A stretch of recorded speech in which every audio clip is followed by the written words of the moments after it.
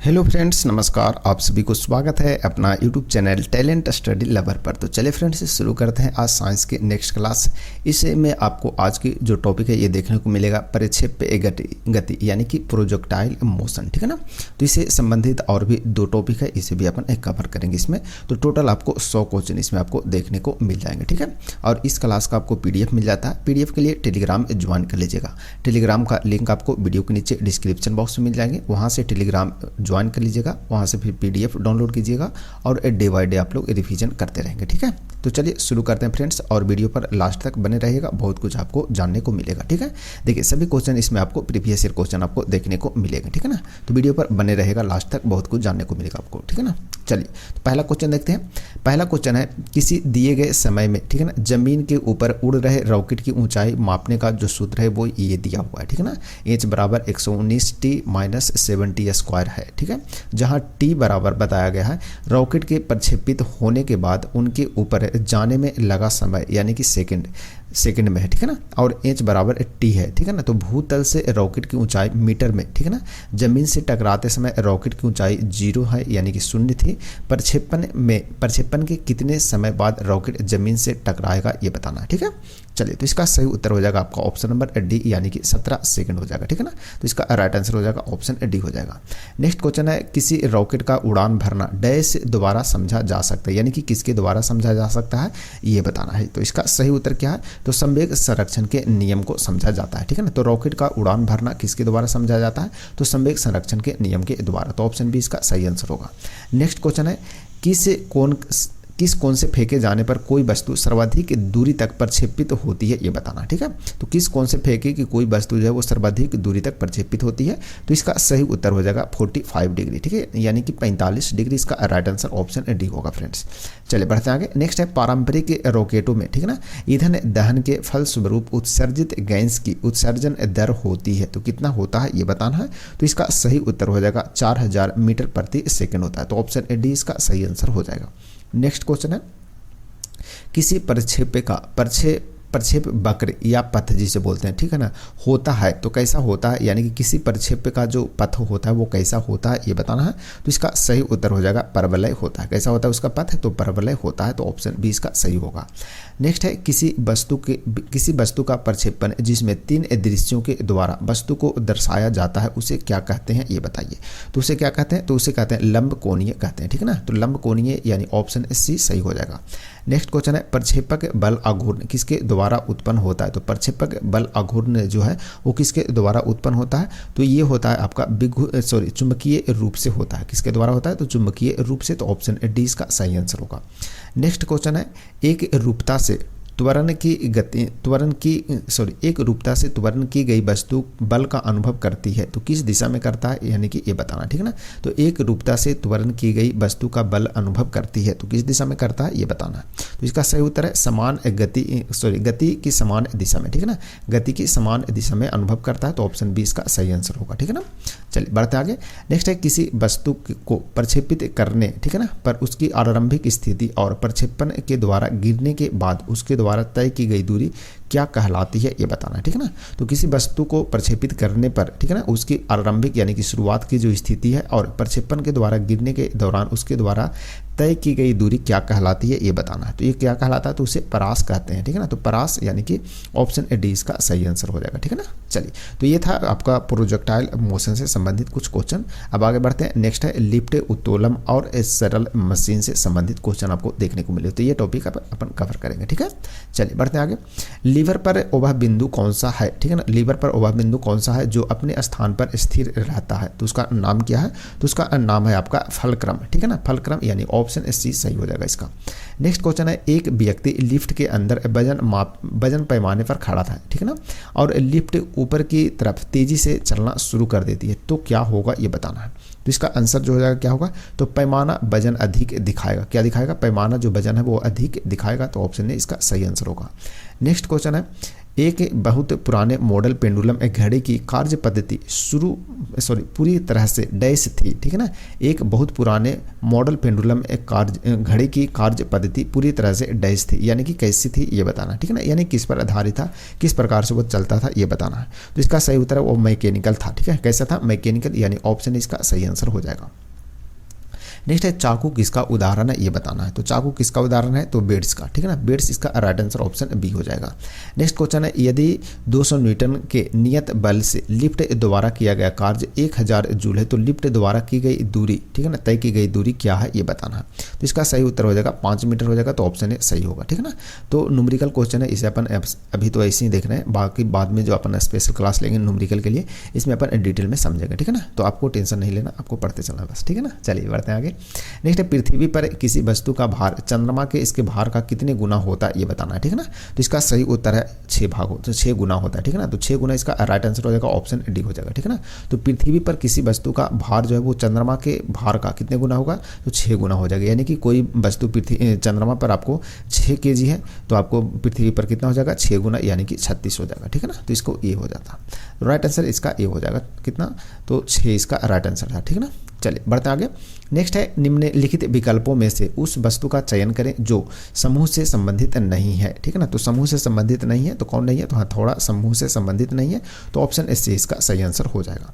Next question है lift में व्यक्ति का भार तब अधिक होता है जब लिफ्ट डैश होती है, यानी कि लिफ्ट क्या करता है, तो होता है अधिक भार। तो इसका सही आंसर हो जाएगा क्या, ऊपर की ओर त्वरण गति से क्या करता है, गमन करता है, ठीक है ना। जब लिफ्ट ऊपर की ओर जाता है तो लिफ्ट में जो व्यक्ति रहता है उसका भार अधिक होता है, ठीक है ना। तो ऑप्शन सी इसका सही आंसर होगा। नेक्स्ट क्वेश्चन है निम्न में से कौन सा सही है ये बताना, ठीक है। तो निम्न में कौन सही है, तो इसका सही आंसर है ऑप्शन डी इसका सही आंसर हो जाएगा। एक लिफ्ट में वस्तु का वजन नीचे की ओर घट रहा है, ठीक है ना, जबकि इसका द्रव्यमान समान रहता है। तो द्रव्यमान जो है वो समान रहता है, लेकिन लिफ्ट जब नीचे की ओर आता है तो वस्तु का वजन जो है वो घट जाता है, ठीक है ना, और ऊपर की ओर बढ़ता है। तो ऑप्शन डी इसका सही आंसर हो जाएगा। नेक्स्ट क्वेश्चन है एक पत्थर किसी स्प्रिंग तुला पर बंधा हुआ है, ठीक है ना। निम्नलिखित स्थितियों में से कौन सी स्प्रिंग तुला के रीडिंग में, ठीक है ना, सबसे कम भार दिखाएगी ये बताना, ठीक है। तो इसका सही उत्तर हो जाएगा ऑप्शन बी, यानी कि जब वह पत्थर किसी बीकर में लिए पानी में पूरी तरह से क्या होगा, निमज्जित हो, ठीक है ना। तो ऑप्शन बी इसका सही आंसर हो जाएगा फ्रेंड्स। बढ़ते हैं आगे। नेक्स्ट है जब किसी पिंड को विषुवत रेखा से उत्तर और दक्षिण ध्रुवों पर ले जाया जाता है तो उसका भार में क्या परिवर्तन होगा ये बताना है। यानी कि जब कोई पिंड या वस्तु है उसको विषुवत रेखा से ध्रुव की ओर ले जाते हैं तो उसके भार में क्या परिवर्तन होगा, तो इसका सही उत्तर हो जाएगा बढ़ जाता है। यानी कि सबसे कम भार जो होता है, कोई वस्तु है उसका सबसे कम भार जो होता है विषुवत रेखा पर और सबसे अधिक भार जो होता है वो कहाँ होता है, ध्रुव पर होता है, ठीक है ना। तो ऑप्शन ए इसका सही आंसर हो जाएगा। नेक्स्ट बढ़ते हैं। यदि हम तृतीय श्रेणी के उत्तोलक में, ठीक है ना, यदि हम तृतीय श्रेणी के उत्तोलक में बल भुजा की लंबाई और भार भुजा की लंबाई की तुलना करते हैं तो निम्नलिखित में से कौन सा सही होगा ये बताना है। तो इसका सही आंसर हो जाएगा बल भुजा की लंबाई हमेशा भार भुजा की लंबाई से क्या होगा, कम होगा, ठीक है ना। तो इस पॉइंट को ध्यान रखना है, तो ऑप्शन सी इसका सही आंसर होगा। नेक्स्ट क्वेश्चन है निम्नलिखित में से कौन सा तृतीय श्रेणी का उत्तोलक नहीं है। तो कौन जो है वो तृतीय श्रेणी का उत्तोलक नहीं है, तो एक पहिए का ठेला, ठीक है। तो ऑप्शन डी इसका सही आंसर होगा। नेक्स्ट है उत्तोलक या उत्तोलकों में बीम से पकड़ने, ठीक है ना, पकड़ने के लिए बियरिंग या अन्य उपकरण की आवश्यकता होती है तो किस में होता है, कौन सी श्रेणी में होता है ये बताना है। तो इसका सही उत्तर हो जाएगा तृतीय श्रेणी में होता है, इसका यूज होता है, ठीक है ना। तो ऑप्शन बी इसका सही आंसर होगा। नेक्स्ट क्वेश्चन है निम्नलिखित में से कौन सा तृतीय श्रेणी के उत्तोलक का उदाहरण है। तो तृतीय श्रेणी के उत्तोलक का उदाहरण कौन है, तो सही उत्तर होगा बर्फ उठाने वाली चिमटी, ठीक है ना। बर्फ उठाने की जो चिमटी होती है यानी कि आइस टोंग, ठीक है ना। तो ये तृतीय श्रेणी का उदाहरण है, तो ऑप्शन सी सही होगा इसका। नेक्स्ट है क्लास 2 लीवर में, ठीक है ना, प्रयत्न और भार किस दिशा में जाते हैं ये बताना है। तो इसका सही उत्तर क्या है, तो सही उत्तर है समान दिशा में जाते हैं, तो ऑप्शन ए इसका सही आंसर होगा। नेक्स्ट है सरौते और कैंची की एक जोड़ी डैश क्लास लीवर 1 लीवर के रूप में माना जाता है, ठीक है ना। तो सरौते और कैंची की एक जोड़ी, ठीक है ना, को डैश क्लास 1 लीवर के रूप में माना जाता है, तो किस में माना जाता है, तो इसका सही उत्तर है डबल, ठीक है। तो डबल क्लास 1 लीवर के रूप में माना जाता है, तो ऑप्शन डी सही हो जाएगा इसका। नेक्स्ट है किसी मशीन की दक्षता कभी भी डैश नहीं हो सकती है, तो क्या नहीं हो सकता है, तो इसका सही आंसर हो जाएगा ऑप्शन बी 100% कभी भी दक्षता नहीं हो सकता है, तो ऑप्शन बी सही हो जाएगा। नेक्स्ट है कोई लोड पाने के लिए लगाए जाने वाले बल को क्या कहते हैं ये बताना है। तो कोई लोड पाने के लिए लगाए जाने वाले जो बल होता है उसको क्या कहते हैं, तो इसका उत्तर है प्रयत्न कहते हैं, ठीक है ना। तो ऑप्शन ए सही आंसर होगा इसका। नेक्स्ट है गर्दन को सीधा करने के लिए सिर को उठाना, ठीक है ना, सिर को ऊपर उठाना डैश कहलाता है। तो क्या कहलाता है? तो इसे कहते हैं क्या? ठुड्डी, ठीक है ना, ठुड्डी पर टक यानी कि उकंडू मुद्रा कहते हैं, ठीक है ना। तो ऑप्शन ए इसका सही आंसर हो जाएगा, ठीक है ना। चलिए नेक्स्ट है क्लास 3 लीवर में प्रयत्न और भार किस दिशा में जाते हैं? तो कौन सी दिशा में जाते हैं? तो ये जाते हैं समान दिशा में जाते हैं। तो ऑप्शन ए डी सही हो जाएगा इसका। नेक्स्ट है निम्नलिखित में से कौन क्लास 1 लीवर नहीं है? कौन क्लास 1 लीवर नहीं है? तो श्रोता यानी कि नट क्रैकर, ठीक है ना। तो ऑप्शन है इसका सही आंसर हो जाएगा, ठीक है। चलिए बढ़ते हैं आगे नेक्स्ट क्वेश्चन की ओर। नेक्स्ट है क्लास 3 लीवर के संबंध में निम्नलिखित में से कौन सा कथन सही है ये बताना है। तो क्लास 3 लीवर के बारे में सही कथन को बताना है। तो सही उत्तर हो जाएगा प्रयत्न लोड और आधार के बीच में होता है। क्या होता है? प्रयत्न लोड और आधार के बीच में होता है। तो ऑप्शन बी सही हो जाएगा इसका। नेक्स्ट है किसी साधारण मशीन की दक्षता को डैश के रूप में तय किया जाता है। तो किसी साधारण मशीन की दक्षता किसके रूप में तय किया जाता है ये बताना है। तो सही उत्तर हो जाएगा इसका यांत्रिक लाभ बटा वेग रेशियो, ठीक है ना। तो ऑप्शन सी इसका सही आंसर हो जाएगा। चलिए बढ़ते हैं आगे नेक्स्ट क्वेश्चन की ओर। नेक्स्ट क्वेश्चन है किसी पेंच, ठीक है ना, किसी पेंच की चूड़ी पर बिंदु से अगले चूड़ी पर संगत बिंदु की दूरी को डैश कहा जाता है। तो उसे क्या कहते हैं ये बताना है। तो इसको क्या कहते हैं? तो उसे पिच कहते हैं, ठीक है ना। तो पिच कहते हैं। तो ऑप्शन है इसका सही आंसर होगा फ्रेंड्स। बढ़ते हैं आगे। आदर्श मशीनें वे काल्पनिक मशीनें हैं जो डैश होती है। तो क्या होती है? तो ये इसका सही उत्तर है घर्षणहीन होते हैं, ठीक है ना। तो आदर्श मशीनें वो काल्पनिक मशीन है जो घर्षणहीन होते हैं। तो ऑप्शन सी सही हो जाएगा इसका।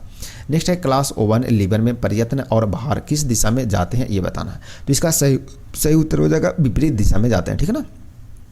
तो क्लास 1 लीवर में प्रयत्न और भार जो है वो किस दिशा में जाते हैं? तो विपरीत दिशा में जाते हैं। तो ऑप्शन बी सही है इसका।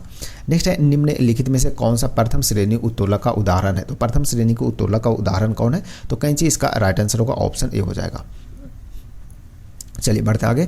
नेक्स्ट है उस घिरनी प्रणाली यानी कि पुली सिस्टम की दक्षता ज्ञात कीजिए जिसका यांत्रिक लाभ, ठीक है ना, यांत्रिक लाभ जो है वो 2 पॉइंट कितना है 5 है, ठीक है ना। और ठीक है ना यांत्रिक लाभ 2.5 है और जहां रस्सी को 10 मीटर खींचने पर भार जो है कितना है 2.5 मीटर ऊपर उठता है, ठीक है। तो उस घिरनी प्रणाली की दक्षता को ज्ञात करना है। तो इसका सही उत्तर हो जाएगा क्या 62.5 यानी कि 62%। ऑप्शन डी सही हो जाएगा इसका।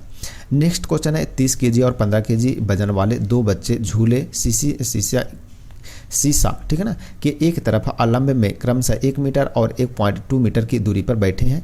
m kg का लड़का, ठीक है ना, एक लड़का झूले यानी कि शीशा के दूसरी तरफ आलम्ब किससे, ठीक है ना, 1.2 मीटर की दूरी पर बैठता है और झूला संतुलन की अवस्था में है। तो m का मान क्या होगा ये बताना है। तो m का मान क्या होगा ये बताइए। तो सही उत्तर 40 kg हो जाएगा, ठीक है ना। तो ऑप्शन भी सही होगा इसका।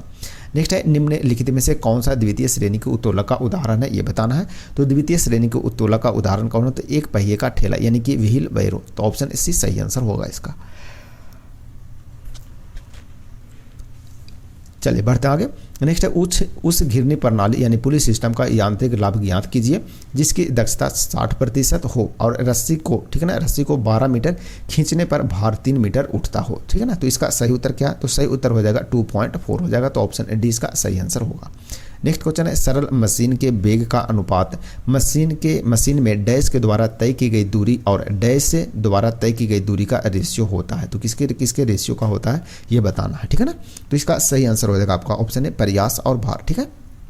तो सरल मशीन के वेग का अनुपात मशीन में प्रयास द्वारा तय की गई दूरी और भार द्वारा तय की गई दूरी का अनुपात होता है, ठीक है ना। तो ऑप्शन है इसका सही आंसर होगा। नेक्स्ट क्वेश्चन है किसी भार को स्थानांतरित करने के लिए किया गया प्रयास 15 यूनिट है, ठीक है ना, और मशीन के द्वारा किया गया कार्य 3 है, ठीक है ना। तो भार ज्ञात करना है। तो भार ज्ञात करें तो इसका सही आंसर हो जाएगा क्या 45 यूनिट हो जाएगा। तो ऑप्शन डी इसका सही आंसर होगा। नेक्स्ट है क्लास 1 लीवर का प्रयास डैश दिशा में होता है। तो कौन सी दिशा में होता है? तो इसका सही उत्तर हो जाएगा किसमें, एक दिशा में होता है। तो ऑप्शन सी इसका सही आंसर हो जाएगा। नेक्स्ट है ऊपरी प्रनोद और भार डैश में प्रयुक्त होते हैं। तो किस में प्रयुक्त होते हैं? तो इसका सही उत्तर हो जाएगा विपरीत दिशा में क्या होता है प्रयुक्त होते हैं। तो ऑप्शन बी सही है इसका। नेक्स्ट है सीमेंट ट्रिगर को डैश भी कहा जाता है। जो स्मिट, ठीक है ना, स्मिट ट्रिगर को क्या कहते हैं ये बताना है। तो इसका सही उत्तर हो जाएगा क्या? तो इसका सही उत्तर है वर्गकारी परिपथ कहते हैं। तो ऑप्शन सी सही हो जाएगा इसका।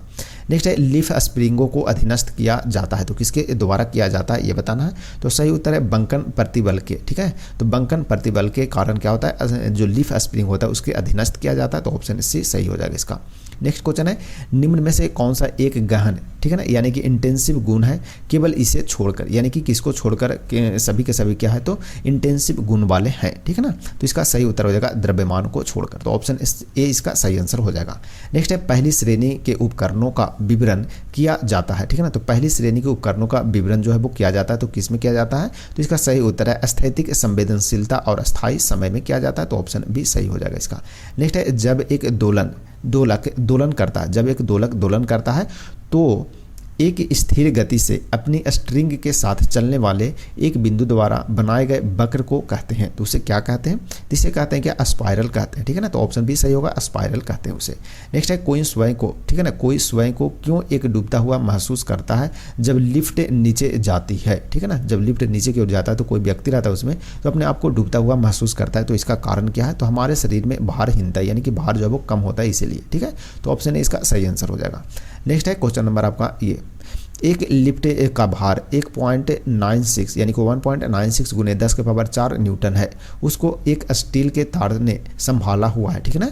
जब लिफ्ट 2.2 मीटर प्रति सेकंड स्क्वायर के त्वरण के साथ ऊपर की ओर जा रही है, ठीक है, तो तार का तनाव क्या होगा ये बताना है, जबकि जी का मान आपको इतना दे चुका है, ठीक है। तो इसका सही आंसर क्या है, तो सही आंसर होगा 2.4 गुने 10 के पावर 4 न्यूटन हो जाएगा, ठीक है। तो ऑप्शन ए इसका सही आंसर हो जाएगा, ठीक है। चलिए अब बढ़ते हैं आगे, घर्षण और जो टॉपिक है इसके ओर बढ़ते हैं, ठीक है। तो आपको दो टॉपिक खत्म हो गए, अब देखते हैं घर्षण यानी कि फ्रिक्शन के बारे में, ठीक है। चलिए इसमें पहला क्वेश्चन है, कारों के ब्रेकिंग पैड में डैश के गुण का उपयोग किया जाता है, तो कार के ब्रेकिंग पैड में किसके गुण का उपयोग किया जाता है, तो सही उत्तर है इसका घर्षण का सकारात्मक प्रभाव को, ठीक है। तो ऑप्शन बी इसका सही आंसर होगा। नेक्स्ट है, दो सतहों के बीच, ठीक है, दो सतहों के बीच सतह पर अनियमितताओं के परिणाम स्वरूप डैश होता है, तो क्या होता है, तो इसका सही उत्तर है घर्षण होता है, तो ऑप्शन ए इसका सही आंसर हो जाएगा। नेक्स्ट है, घर्षण द्वारा किए गए कार्य का क्षय नहीं होता है बल्कि वह डैश ऊर्जा के रूप में परिवर्तित हो जाती है, यानी कि कौन सी ऊर्जा में परिवर्तित हो जाता है, तो सही उत्तर है तापीय ऊर्जा में परिवर्तित होता है जब घर्षण होता है, ठीक है ना। तो ऑप्शन बी इसका सही आंसर होगा, ठीक है। नेक्स्ट है, घर्षण बल डैश कार्य करता है, यानी कि घर्षण बल है जो किस डैश पर कार्य करता है, यानी कि किस पर कार्य करता है ये बताना है, तो इसका सही उत्तर हो जाएगा बल की दिशा के विपरीत, ठीक है। तो बल की दिशा के विपरीत कार्य करता है कौन, घर्षण बल, तो ऑप्शन डी इसका सही आंसर होगा। नेक्स्ट है, यदि किसी गतिमान वस्तु पर कोई बल आरोपित नहीं है, ठीक है ना, यदि कोई गतिमान वस्तु पर कोई बल आरोपित नहीं है तो यह किसके कारण रुक जाएगी, तो किसके कारण यह रुकेगी, तो इसका सही उत्तर है घर्षण के कारण यह रुकेगी, तो ऑप्शन ए सही हो जाएगा इसका। नेक्स्ट है, जब साइकिल में ब्रेक लगाया जाता है तो ब्रेक पैड पहिए को स्पर्श करता है, ठीक है ना। अब इनमें से कौन सा पहिए की गति को रोकेगा, ठीक है, तो कौन से जो है पहिए की गति को रोकेगा, तो ये रोकेगा पैड और रिम के बीच का घर्षण, ठीक है। तो पैड और रिम के बीच जो घर्षण होता है तभी तो रुक जाता है साइकिल, ठीक है ना। तो ऑप्शन बी इसका सही आंसर होगा।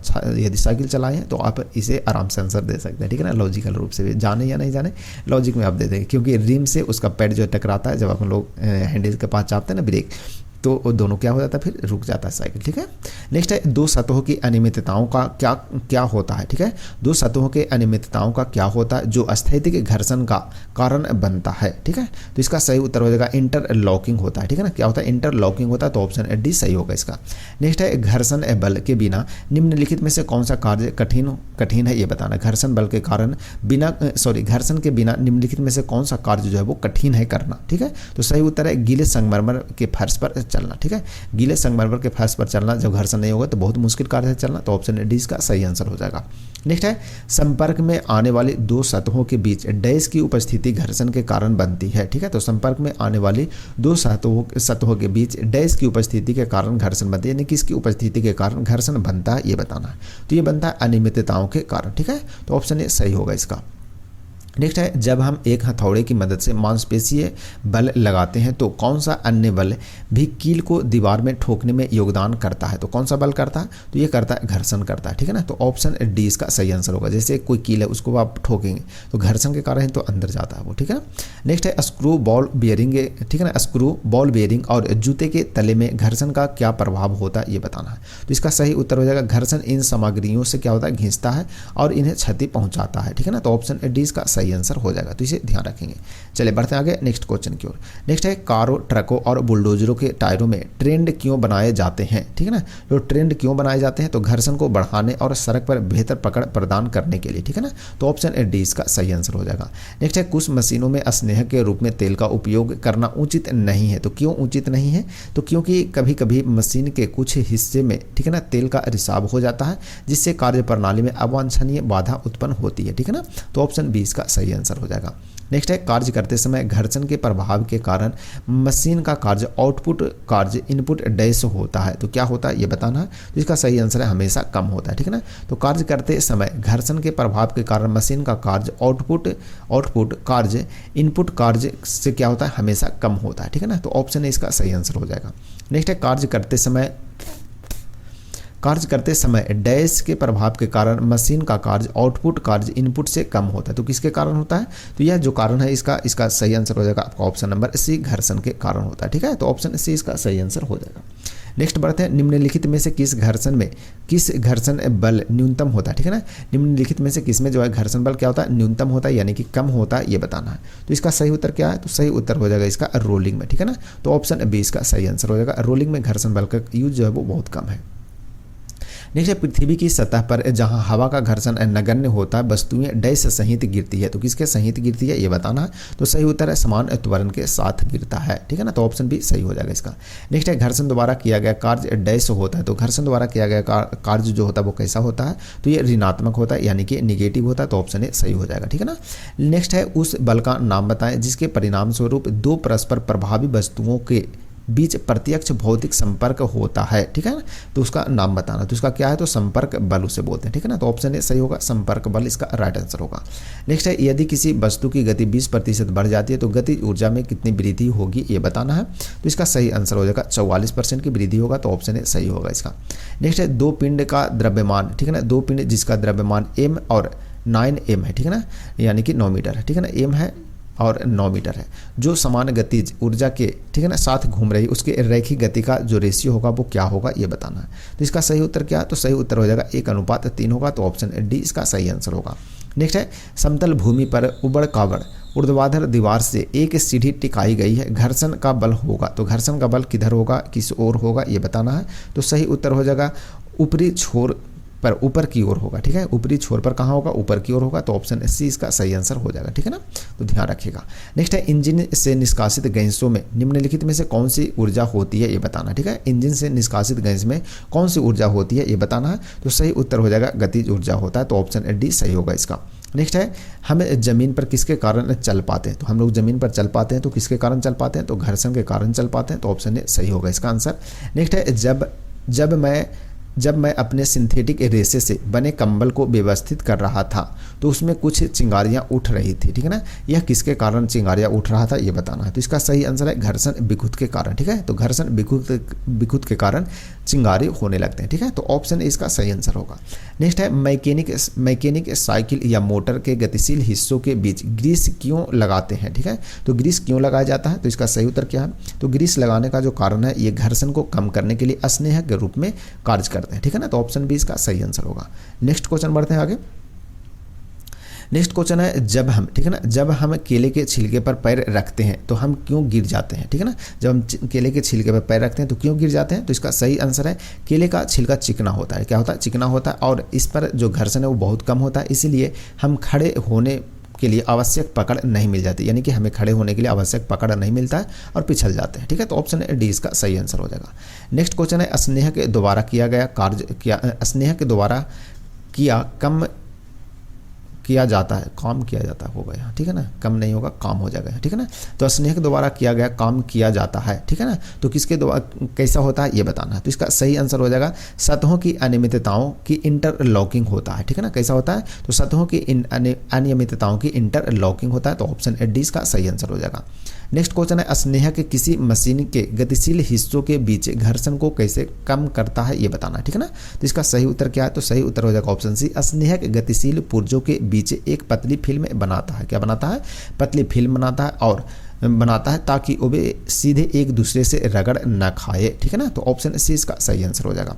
नेक्स्ट है जिम्नास्ट अपने हाथों में पर कुछ खुरदुरे पदार्थ क्यों लगाते हैं, ठीक है ना। जिम्नास्ट जो है, जो जिम्नास्टर जो प्लेयर है रहते हैं, अपने हाथ पर कुछ खुरदुरे पदार्थ क्यों लगाते हैं ये बताना है। तो इसका सही उत्तर हो जाएगा बेहतर पकड़ प्राप्त करने हेतु, घर्षण को बढ़ाने के लिए, ठीक है ना, बेहतर पकड़ के लिए, ठीक है ना। तो ऑप्शन ए इसका सही आंसर होगा। नेक्स्ट है क्या सतहों पर पॉलिश करने या स्नेहक की बहुत सी मात्रा का उपयोग करके घर्षण को पूरी तरह से समाप्त किया जा सकता है या नहीं ये बताना है, ठीक है। तो क्या समाप्त कर सकते हैं? तो घर्षण को पूरी तरह से समाप्त नहीं किया जा सकता है, ठीक है ना, क्योंकि कुछ अनियमितताएं बनी रहेगी, ठीक है ना। तो ऑप्शन ए इसका सही आंसर हो जाएगा।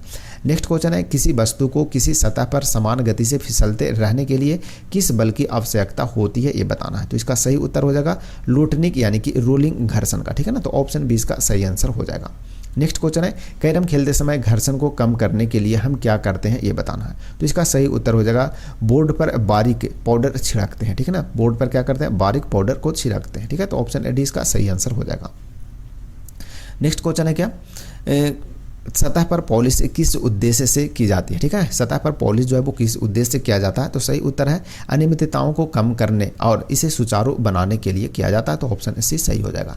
नेक्स्ट है निम्नलिखित में से, ठीक है ना, निम्नलिखित में से किस कारक पर द्रव्य में किसी वस्तु का घर्षण बल निर्भर करता है, ठीक है। तो किसकी प्रकृति पर करता है ये बताना है, ठीक है ना। तो इसका सही आंसर है आपका ऑप्शन सी इनमें से सभी यानी ऑल ऑफ दी। द्रव की प्रकृति, द्रव के संबंधित गति, वस्तु का आकार सभी पर निर्भर करता है। तो ऑप्शन सी सही हो जाएगा। नेक्स्ट है जूते के तलबों, ठीक है ना, तलबों में खांचे क्यों बनाए जाते हैं? जूता के तलवा रहता है उसमें खांचा बनाते हैं, तो क्यों बनाते हैं? तो ये बनाते हैं घर्षण को बढ़ाने और बेहतर पकड़ प्रदान करने के लिए। तो ऑप्शन बी सही हो जाएगा इसका।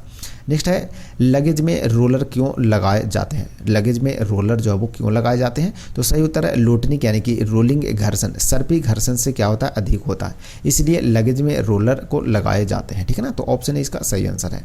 नेक्स्ट है साइकिल और ऑटोमोबाइल की ब्रेक प्रणाली में ब्रेक पैड का उपयोग किस लिए किया जाता है? तो ब्रेक पैड का उपयोग किस लिए किया जाता है? तो ये किया जाता है घर्षण को बढ़ाने के लिए, ठीक है। तो ऑप्शन ए इसका सही आंसर हो जाएगा।